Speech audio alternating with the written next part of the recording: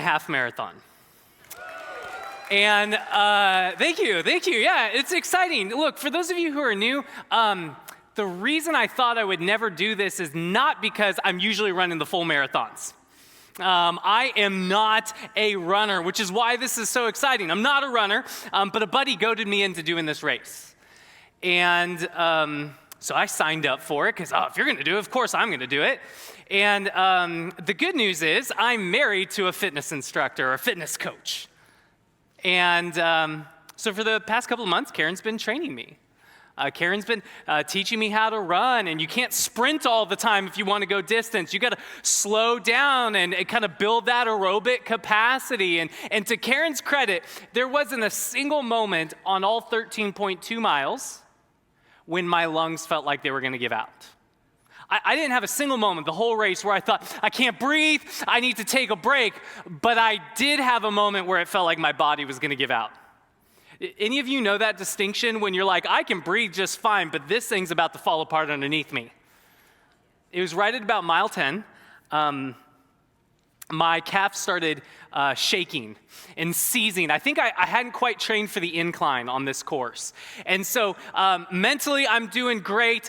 I can breathe, but my legs are going to give out. And so all of a sudden, mentally, I'm not doing great. All of a sudden, I go, my body is going to collapse any moment, and they're going to have to cart me out of here. And that's how I'm going to get over the finish line. And so I'm starting to think, man, I really need to find me some better friends. I'm just, my mind's all over the place. And that's when I see this crowd of people on the sidelines, like, waving. And I know it's not the end. I'm like, what are y'all waving? What are y'all so excited about? And then I saw this guy holding this cup out to me. And I'm like, me? Looking around, no one behind me. Oh, all right, and so I grab it, spilling half the cup on him. But then I take that cup, and I got to tell you this. It is the best drink I've ever had in my entire life. It was cold. It was refreshing. And it not only brought my mind back, but it brought my body back. Like my calves stopped seizing. They calmed down. They got normal again. And I was able to sprint my way to the finish line. That Gatorade revived me. And I don't tell you that as an ad to go buy Gatorade. I tell you that because this morning's text is meant to be like that for our souls. We're going to be looking at a song for revival this morning. Now, when most people hear that word revival, they think of like thousands of people getting saved in one place at one time in a really unique way. And that's a beautiful thing God does. But there's also a type of revival that happens personally in the soul of an individual. And in fact, if you study the revivals throughout church history, the big revivals out there tend to begin in here as a person has an encounter where they see the love of God afresh, where they see Jesus more clearly. And they are kind of like me on that race course where you go from feeling like you're falling over to all of a sudden you are revived to new power and strength to keep running. That's how the great revivals in church history start. In here, in the hearts of us and individuals. And what we have before us this morning is a song that for thousands of years has brought life to weary souls, has revived tired hearts that feel like they're about to fall over. And I think for that reason, it's one of the most beloved texts in all of Scripture. You may have heard this one before. It goes like this. The Lord is my shepherd. I shall not want. He makes me lie down in green pastures. He leads me beside still waters. He restores my soul. He leads me in paths of righteousness for his name's sake. And even though I walk through the valley of the shadow of death, I will fear no evil. For you are with me. Your rod and your staff, they comfort me. You prepare a table for me in the presence of my enemies. You anoint my head with oil, my cup overflows. Surely goodness and mercy will follow me all the days of my life, and I will dwell in the house of the Lord forever. That right there is the Gatorade for the soul. And so this morning, what I want to do is be like that guy on the sidelines that holds the cup out to you and be like, drink this. And so in order to hold that cup out to you this morning, we're just going to unpack this psalm in 3 parts. We're going to look at the shepherd, we're going to look at the valley, and then we're going to look at the pursuit. Starting with the shepherd. I think some of us have heard this psalm so many times before that when David says, the Lord is my shepherd, I think it's kind of lost on us how crazy that is that he could say that. But slow down for a moment and just think about this. This is the Lord. This is the creator of heavens and earth. This is the one who thought up the galaxies that we're still trying to discover with all of our tech, all of our advancements. We can't even discover the scope of what he made. This is the one who is ruling and reigning and holding the universe together by the power of his word at this very moment. And what David just said is, he is my shepherd. You ever think about how crazy that is? Like, maybe you don't because we don't know what shepherds are because we're modern people, and my guess is none of you are shepherds. So let me just tease this out, okay? The job of a shepherd was to look out for a group of sheep. They would lead their sheep during the day and guard them at night. They would care for their sheep. And so shepherds, what they would do is they would live in such close proximity to their sheep that they were known for smelling like their sheep. So when they came into town, everyone's like, that guy's a shepherd, and takes a step away. Shepherds were near their sheep. And so come back to this. Like, do you ever think about how crazy it is that the creator of all things wants to have a relationship with you where he's in such close proximity to you that he smells like you?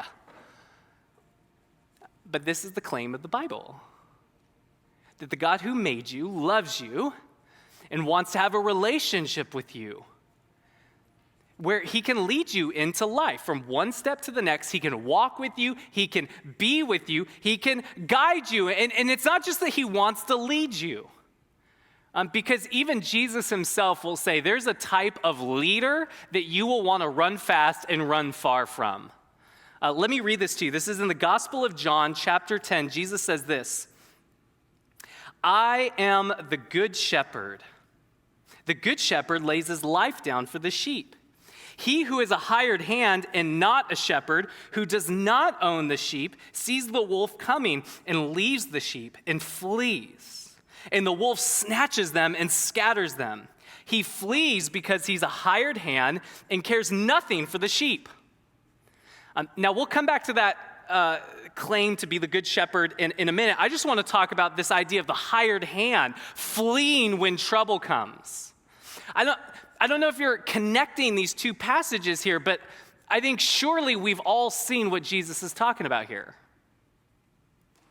Like, if you look out at the political climate in the world around us right now, regardless of what side you fall on, do you ever find yourself going, is there anyone I can actually trust?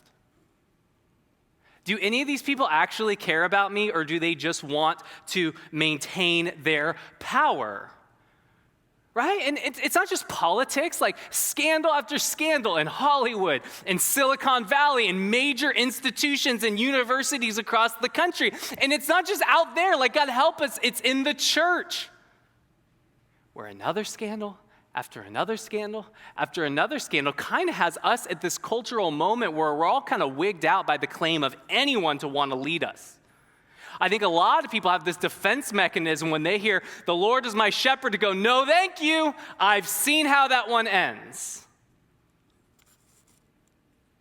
And yet what David is saying here is that God is the one leader that you can actually trust. I mean, look what he says happens if you surrender your life to his leadership. He makes me lie down in green pastures. See, what a lazy shepherd would do, like one of the hired hands, they would let a sheep graze wherever the sheep wanted to graze, because sheep are notorious for eating anything.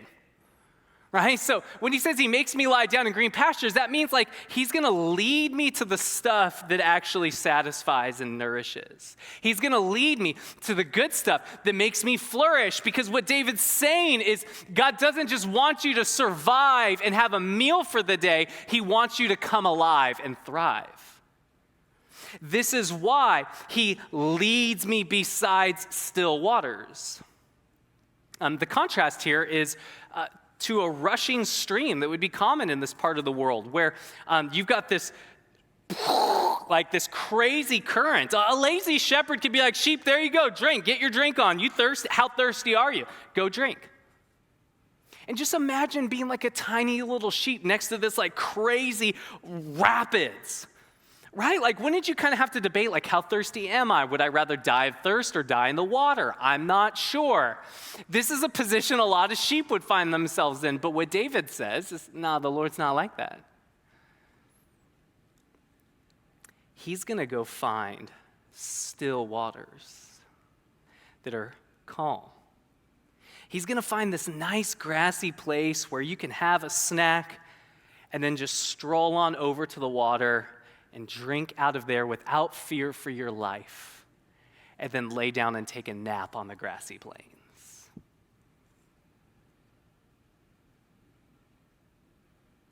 Do you see what he's saying here? He's saying this is the life God wants to lead you into. It's a life of peace and deep, satisfying soul rest. This is how God leads us. This is why he's the one leader we can trust. He leads us into the best places. This is what verse 3 is getting at. It really all comes together in verse 3 when he says, he leads me in paths of righteousness for his name's sake. Now, some people hear that and they go, paths of righteousness. I knew God just wanted me to clean up my life and be a more moral person. But to say that is to completely miss what the Bible means by this word righteousness. The word righteousness, it simply means upright, good. It is translated in other places as justice, in contrast with injustice. You all know that.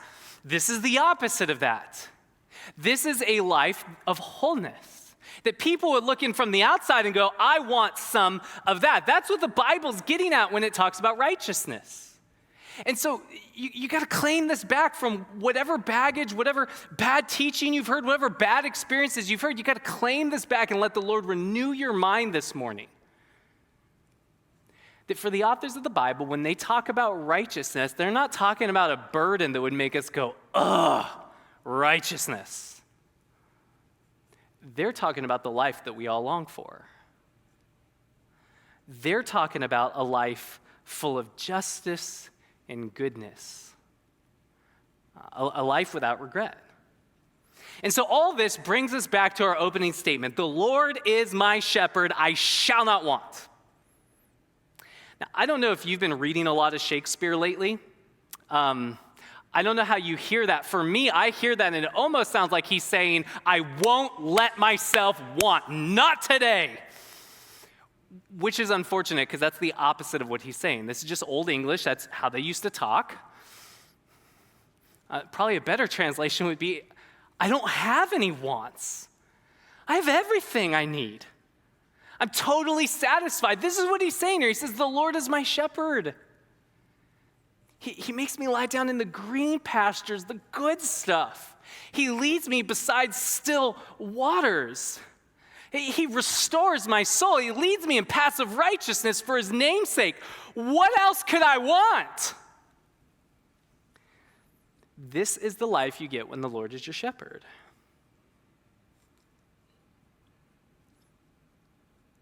Now that said, I don't ever want to lie to you.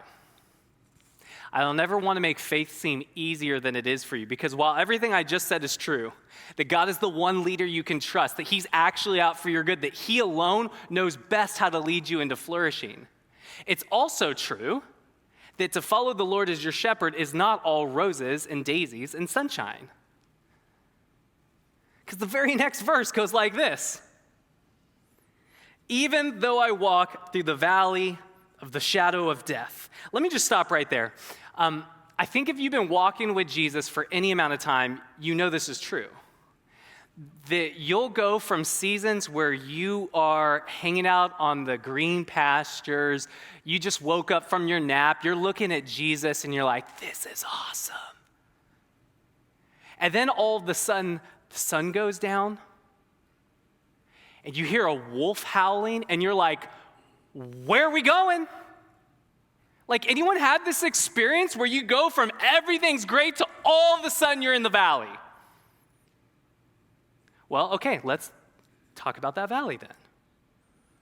See, what's amazing to me is not that there's a valley in this psalm, because like I said, I think we've all been there. You walk with Jesus long enough, you certainly will. What's amazing to me is that David says, even though I walk through the valley of the shadow of death, I will fear no evil. What? Like, how do you not fear when you get that phone call that the cancer is back? How do you not fear when that relationship you were so desiring to see healed deteriorates and gets worse? How do you not fear when it feels like your life is falling apart right in front of your eyes? Well, look what David says. I will fear no evil, for you are with me. God's presence in the valley changes everything. Because as we said earlier, he's the Lord. I love how David says it. He says, your rod and your staff, they comfort me. Again, I don't know how familiar you are with shepherds. I had to Google this. Shepherds apparently had two tools at their disposal, a rod and a staff. And the staff you've probably seen in every picture you've ever seen of a shepherd. It's a long it's a long stick with a curved rod or a curved hook at the end that a shepherd could use. That if a sheep's getting off track, just wonk, hook them right back in. You've surely seen this in any picture you've ever seen of a shepherd. But the rod, well, that's not for the sheep. The rod was like a kind of like a bat. It was a club-like object that was heavy and blunt that a shepherd would use to fight off wild animals and robbers when they would come to steal the sheep and to harm the sheep. This is wild. So here's the thing. Your nativity scenes have lied to you. Shepherds were not these really put together, really nice, wouldn't know how to handle themselves kind of people. You read the Bible, shepherds knew how to handle themselves. They carried a staff to kind of be nice and lead the sheep, and they carried a rod because wolves are real. And when the wolves come, a shepherd would beat the living hell out of that wolf to save his sheep.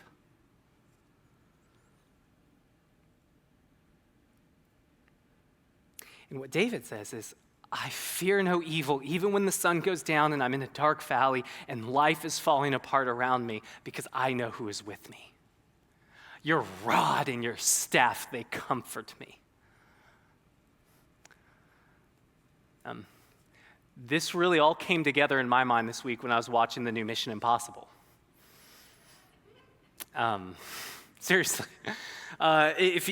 For those of you who haven't seen it, if you like adrenaline rushes, this is your movie. This is like a 2.5-hour adrenaline rush. It is one fight scene to the next fight scene, from one chase scene to the next chase scene, different vehicles, different it is crazy. Knives, guns, they've got it all. It was a 2.5-hour adrenaline rush. And there was one point in the film, and I'll just do this as vague as possible to avoid spoilers, all right? Because if you like adrenaline rushes, you should see this movie. But there's one point in the movie where the team gets separated. And it's not looking good for one character. You know that point in the movie where the music gets more dramatic? And you're like, this is not good. Someone's about to die. And so the movie's going that way. And so I'm nervous. I'm freaking out. I like Mission Impossible. I feel connected to this character. And so I'm grabbing my chair. I think I even stopped breathing at some point. And then all of the sudden, praise God, Tom Cruise shows up. And in that moment, my whole body relaxed. Now, they're still in the middle of a fight scene. Nothing has changed, but Tom Cruise showed up, and something in my body understood that as long as Ethan Hunt is on the scene, she'll be fine, because no one's going to be able to get through him to get to her. That's what David's saying here. He's saying, even though I walk through the valley of the shadow of death, and David walked through some serious valleys, man. But he says, even when I walk through the valley of the shadow of death, I will fear no evil. Why? Because life, will get better someday? No, because you're with me. You're by my side, and nothing can get to me without first getting through you. See, I think sometimes we get so freaked out when we're in the valley because we focus on the darkness all around us. We focus on what's broken and the situation and how terrifying, and it is legit terrifying. Like, this is the valley of the shadow of death. This is not the mountaintop of roses and sunshine. This is a scary place, but what David is saying is the Lord is the kind of shepherd that can comfort you even in that place. There is comfort available in the valley, not just on the other side of it, but in the midst of it, when you get your eyes up onto the one who is with you.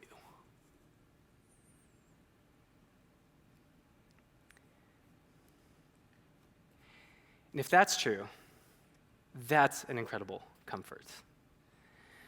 Now, what some people will say, that, by the way, is why I think verse 4 is maybe the most well-known verse of the psalm. Because we've all been through a valley. And to know there's someone that can get us through and protect us. And really get us through to the other side where verse 5 says there's going to be a party again. Did you catch that? It shifts from the shepherding analogy to a party analogy. Where he's like, you prepare a table for me in the presence of my enemies. So there's still some difficulties there, but you anoint my head with oil. My cup's overflowing. Some of you are like, I didn't get the shepherd analogy, but that one I got. There's life on the other side of the valley, but there's comfort. I want you to see this in the valley because he is with us. Now, what some people will say to that is, well, then why lead us through the valley at all? Right? Like, if God's so strong, why doesn't he lead us around the valley? Or, frankly, if we're just using our imagination here, why not build a drawbridge across, right? And look, that is such a big question and an important question. We're going to be doing a whole message on that this fall. So hang on to that, but what I would say is for now, I just want you to notice what happens to David in the valley. The grammar nerds noticed this already, probably, I imagine, we'll see. Verses 1 to 3 are all written in the third person. The Lord is my shepherd, he leads me beside still waters. He makes me lie down in green pastures. He restores my soul. But notice, it's not until David gets in the valley. It's not until the sunlight disappears and the wolves start howling that he goes from the third person to the second person and cries out, you are with me. Do you see that shift in the psalm here? Verse 4 is the hinge on which the whole psalm turns. And I would submit to you, I think this shift may just be why a good shepherd would lead us through the valley and not around it. This goes back to what Jesus said earlier about sometimes you'll have, quote, shepherds who, when the going gets tough, they're going to leave you because they don't really care about you and they don't want to risk their own life for you. It's often in the valley that you find out what's really real in your life and who really cares about you.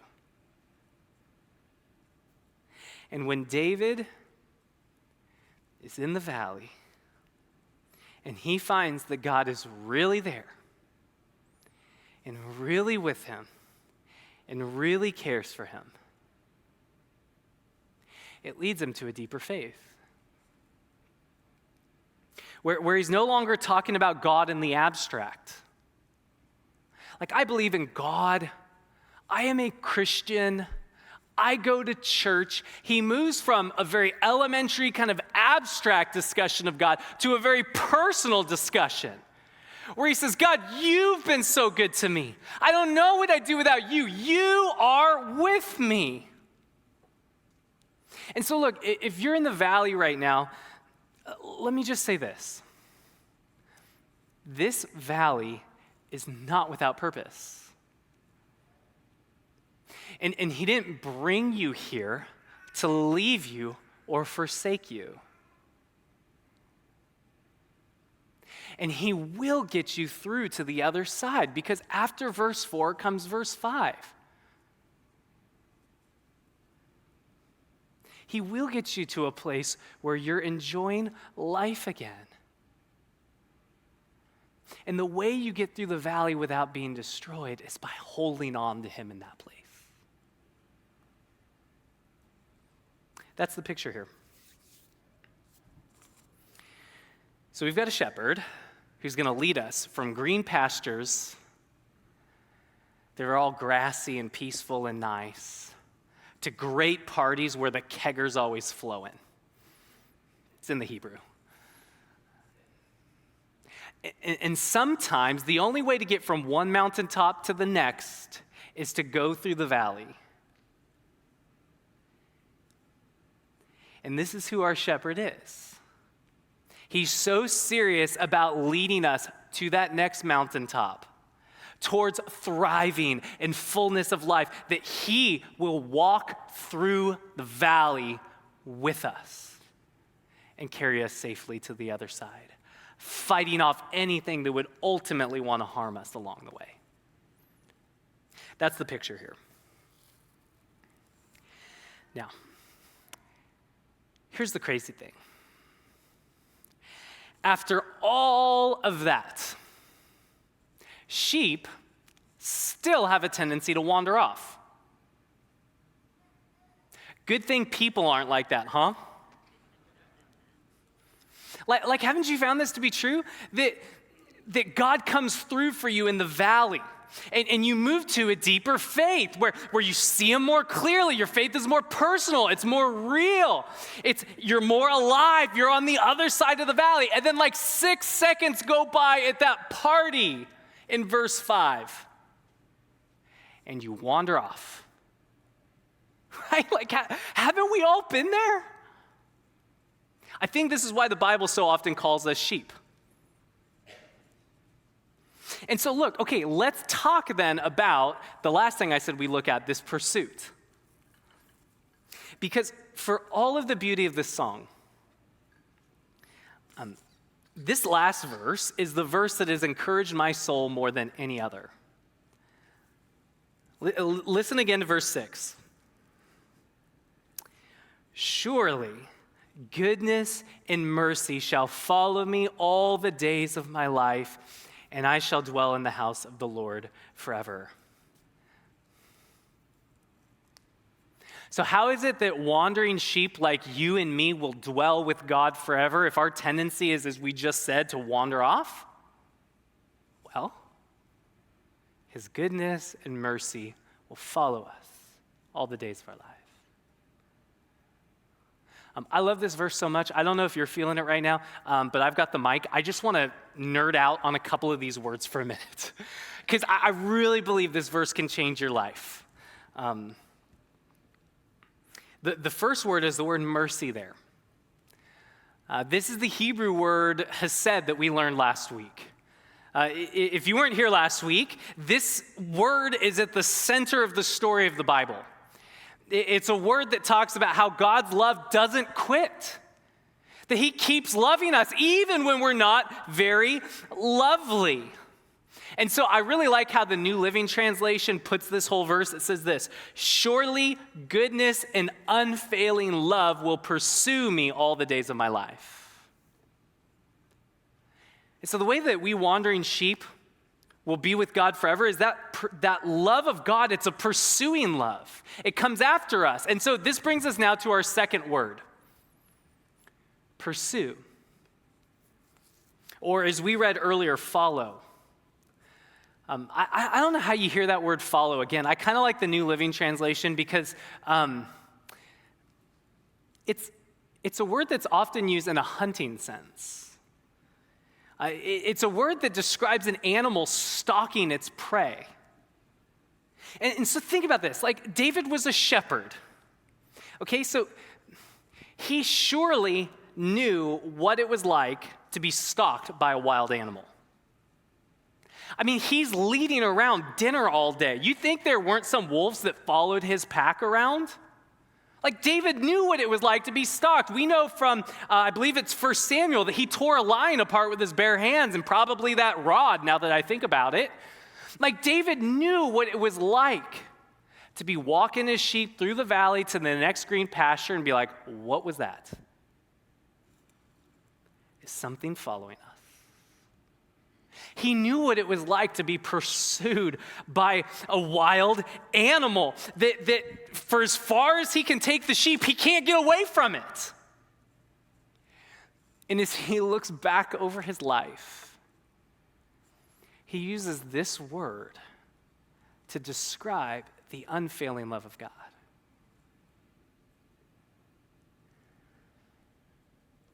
And here's why I point this out. I think most people come to this psalm and they take away God as a good shepherd. He's leading us to good places, so we should follow him. And that's totally true. We should. But that is not the gospel. The gospel is the good news that God is a good shepherd. And though we are prone to wandering off, he follows after us and chases after us and pursues us like a hungry lion to bring us home. And just like a lion hunting its prey, God is relentless in his pursuit of you and me and all of his sheep. He never gives up chasing after us. And so this is the verse. I don't know if you can feel it right now. This is the verse I really want to get into your soul this morning. Because look, you will have days where you read the first 3 verses and you're like, I should follow Jesus. He has my best intentions in mind. He's way smarter than me. You'll have days where you follow him. And you're on the green pasture and it's awesome. But here's what I know from experience, and I think you do too.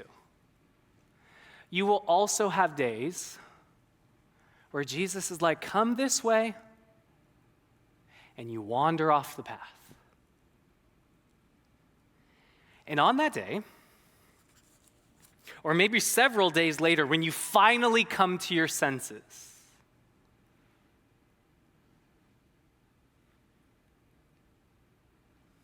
nothing has encouraged my faith more in that moment than realizing the only reason I came to my senses is because he chased me down and pursued me and opened my eyes to what I'm doing out here.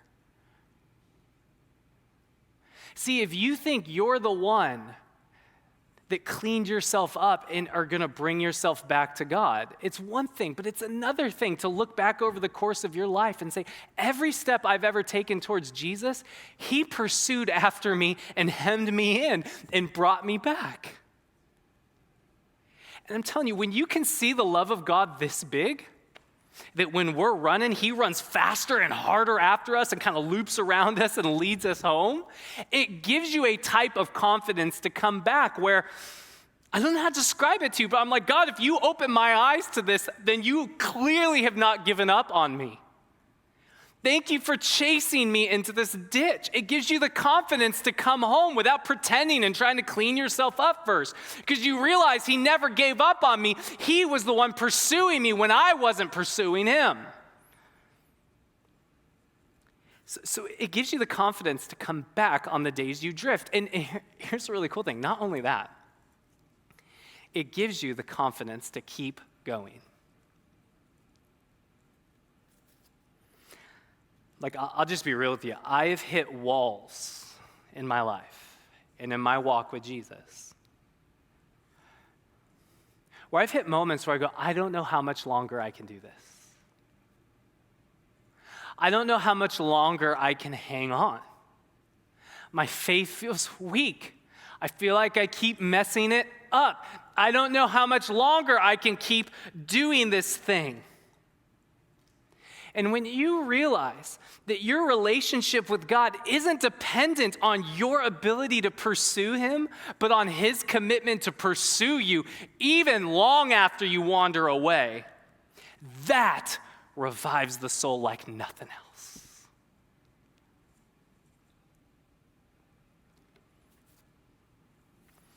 And look, you can know this is true, not just because David wrote a really beautiful song about God's goodness and mercy following after us like a hungry lion.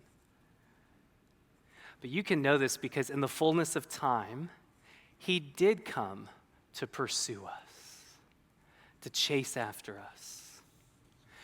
This brings us back to Jesus' statement about being the good shepherd earlier. It's not just John 10 where Jesus says that. If you look over the life of Jesus, you will see Psalm 23 everywhere. Try it out this week. Now that we've been in Psalm 3, go look at the life of Jesus. One of my favorite stories is on a day when He is teaching, and all this giant crowd starts gathering. And Jesus' disciples say, Jesus, send these people home. There is way too many, and Chick-fil-A is closed on Sunday. Like, we cannot help them. And what the text says is Jesus looked at the crowd and had compassion on them, for they were sheep without a shepherd. And so what does He do? He tells them, sit down. And He has them sit on a grassy plain. Go look it up. He has them sit on green pastures, and He feeds them this meal that satisfies the whole crowd to the point where there's leftovers. Their cup is overflowing. There's so much that's left there. And He doesn't just feed their physical bodies, He feeds their soul as He says, oh, you've heard it said this, but truly I say to you this. You've heard that this is the life you long for, but this is the life of love you were made for. You might call it, He showed them the paths of righteousness. And look, it wasn't all just roses and daisies for Jesus coming to earth and having great meals with people and leading and guiding us into the best life possible. Jesus, at the end of His life, went to the ultimate valley of the shadow of death, not with us, but for us. Where in the valley, He picked up His cross like a rod and grabbed Satan, sin, and death by the throat and dragged them to the grave with Him, so that He could walk with us hand in hand through our own valley of the shadow of death. Even the worst day that could ever come for us, the day of our physical death, He can say, your sin's been taken care of. Your enemy's been defeated. Death, where's your victory? I'm just going to bring them back because you are defeated. I clubbed you on the cross, and they are mine, and I'm going to walk them safely through to the other side. This is what our good shepherd does for us, so that He can lead us through every valley that comes our way, even death itself, so we could dwell with Him in the home that He is preparing for us in heaven forevermore. And look, this right here, this is why we follow Him. Not just because it's the right thing to do. It is. If we were smart, we would never sin, but we're broken. We're sheep, we're prone to wandering. And the way that wandering sheep follow Him more and more is as we get a vision of what our good shepherd has done for us. The way Paul, one of the first Christians, wrote it is he says in the New Testament, the love of Christ controls us. That's what a relationship with God is meant to be like. It's like being in love. Where I'll tell you this, when Karen and I first started dating, I found myself doing all sorts of crazy things. I went places I wouldn't normally go. I ate things I wouldn't normally eat. I went to bed at times I normally wouldn't go to bed at because we're up late texting. I did all this stuff that otherwise would feel nuts to me not because I had to, but because I wanted to, because I was falling in love and this was fun. This is what Psalm 23 is meant to do in us. It's meant to revive our souls by reminding us of what our shepherd is like. That he's the one who leads us into life. That he's with us in the valley, protecting us from harm. And that he loves us enough to pursue us again and again to bring us safely home. I don't know which of those points you needed to hear from Psalm 23 this morning, but I do know this. Jesus is the shepherd you long for. He is the form that is casting the shadow of Psalm 23. And if you will respond to his loving leadership in your life this morning, I promise you this, he will revive your soul wherever you're at this morning.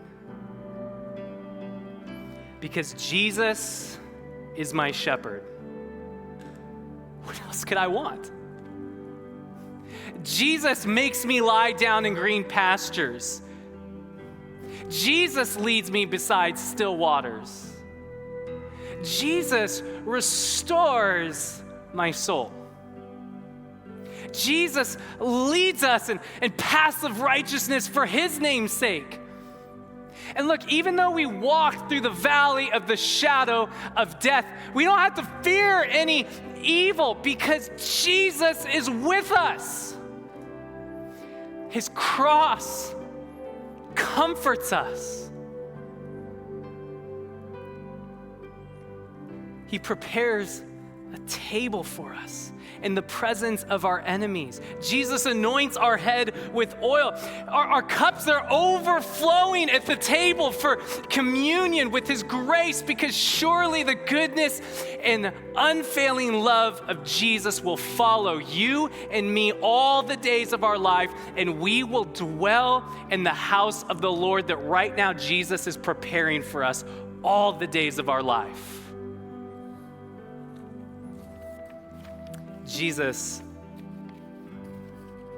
if we would feed at the pastures and the table that you have for us, we would never want again. But we're forgetful and we're frail. And so, Jesus, I thank you that you've loved us enough to chase after us. God, wherever we need to hear this, wherever we need to drink deep, I pray that you would send your Holy Spirit to make these things real to our hearts, so that we might more and more eat and drink from your table, not because we have to, but because we're so compelled by love for all you've done for us. Spirit of the living God, fall afresh in this place and help us to see Jesus as the good shepherd that we all long for. In his beautiful name I ask, amen.